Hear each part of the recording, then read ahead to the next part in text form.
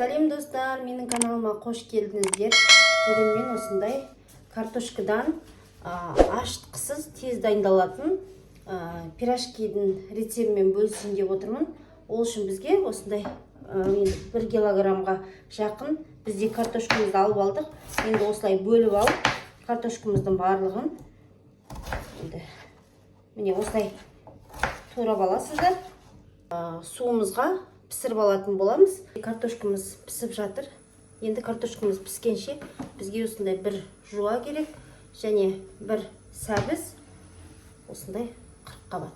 Енді біз бұның барлығын турап аламыз қазір. Жуамызды бір көрсетіп жіберейін. Осылай ұсақтап тураймыз. Қазір сковородкаға майымызға қуырамыз барлығын. Осылай турап аласыздар ұсақтап. Міне сәбізімізді осылай үккіштен өткізетін боламыз. Дәл осы жағымен. Бір көрсетіп жүрейін, бұның да уақыт созбай.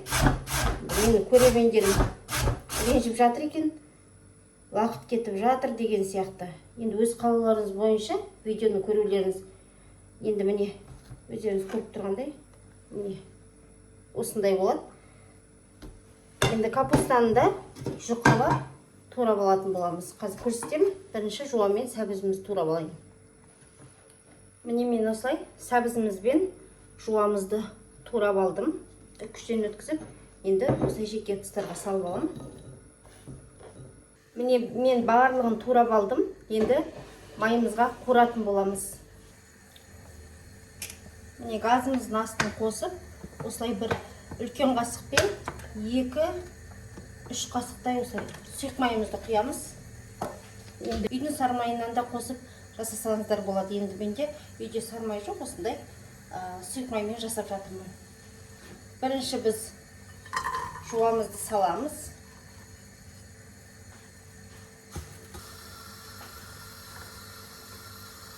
Жуамыз қуырыла бастағанда сәбізімізді салып, капустамызды салып, 40 қабатымызды қуырамыз. Жуамыз қуырыла бастағанда біз сәбізімізді саламыз. Енді екеуін аздап қуырып, қуырыла бастағанда 40 қабатымызды саламыз. Осының үстіне біз 40 қабатымызды саламыз. Енді 40 қабат бізде молырақ болып тұр. Егер де көп десеңіздер, осы жарты бөлігін салсаңыздар болады. Өз қалауларыңыз бойынша енді осылай араластырып аламыз.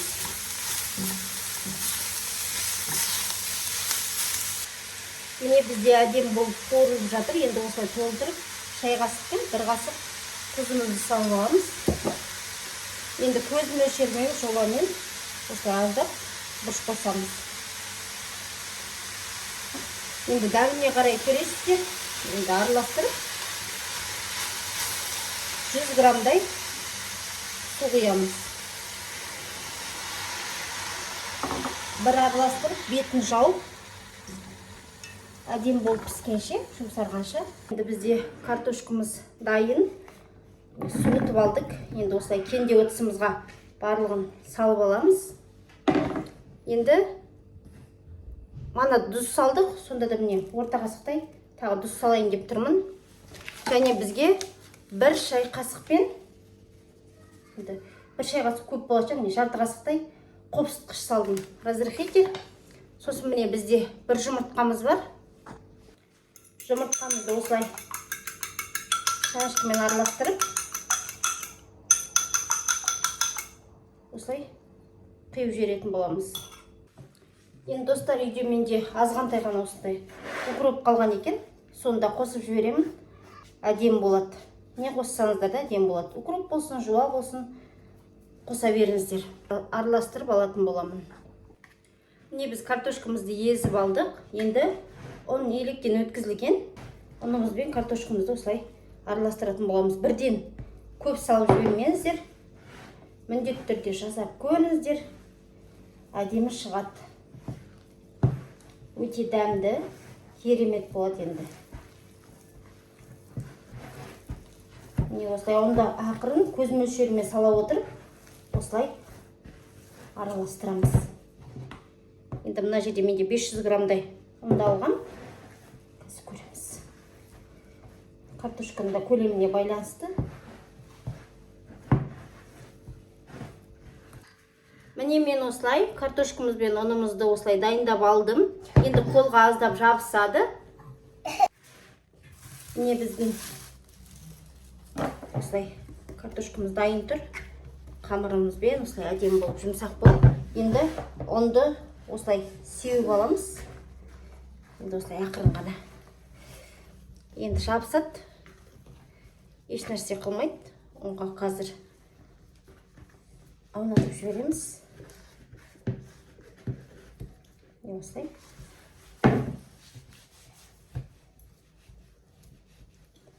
Қолға жабысатындай болу керек өзі.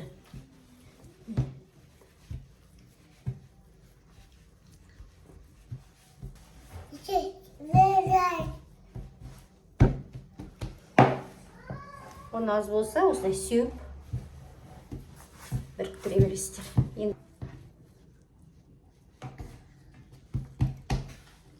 Қамырымызды картошкамыз әдемі болып тұр. Осылай екіге бөліп аламыз. Енді мына бөлігіне де аздап ұнды сеуіп осылай қоямыз. Мына бөлігіне де аздап сеуіп жіберейік. Ерке қой. Енді осындай көлемде бөліп аламыз.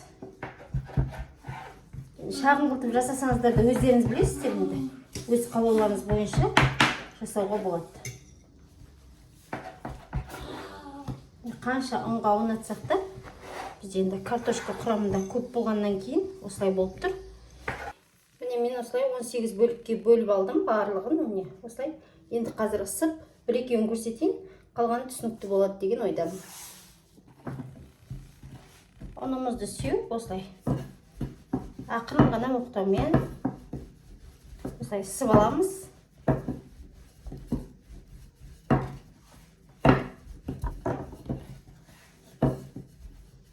Құрамында енді картошка көп болғандықтан енді жұмсақ болады осылай.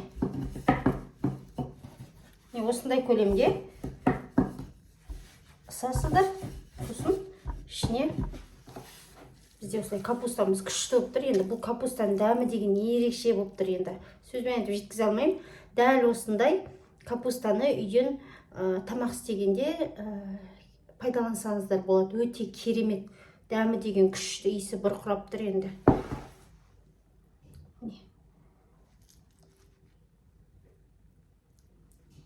Осылай бір қасықтан салып аламын.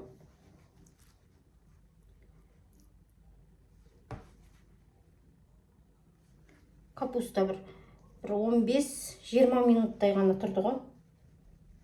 Су сарқылғанша бұқтырып алдым. Міне. Осылай жан-жақтарын басып шығып, сосын вилкамен сәндеп жесеңіздер болады. Осылай басып-басып жібересіздер. Ашылып кетеді деп ойламаңыздар. Ашылмайды. Қорықпаңыздар, осылай әдемі болып пісіп шығады. Осылай барлығын жасап шығасыздар. Енді түсінікті болу үшін тағы біреуін көрсетіп жіберейін. Кейбір көрермендеріміз айтуы мүмкін. Қалай жасадым, түсінбей қалдық деген сияқты. Сондықтан екеуін көрсетейін, қалғанын жасай беремін.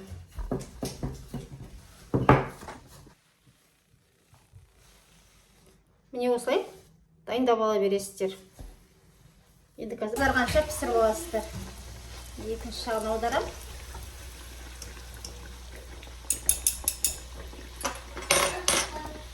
Мен жақынырақ көрсетейін, осылай пісіріп аласыздар. Бүгінгі осылай картошкадан керемет капустамен қосып жасалған пирожкиміз қазір дәмін сіздермен бірге көрейік. Ыстық болып тұр, жаңа ғана пісті.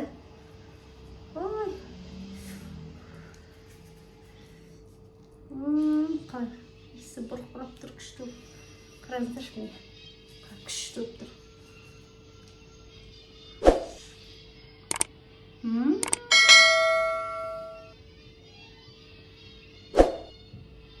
Күшті болады екен. Міне ортасы осындай болады. Достар, әдемі. Көп неде ұстаған жоқпыз газымызда. Тез әрі жылдам дайындалды. Каналға тіркелуді ұмытпаңыздар. Сау болыңыздар.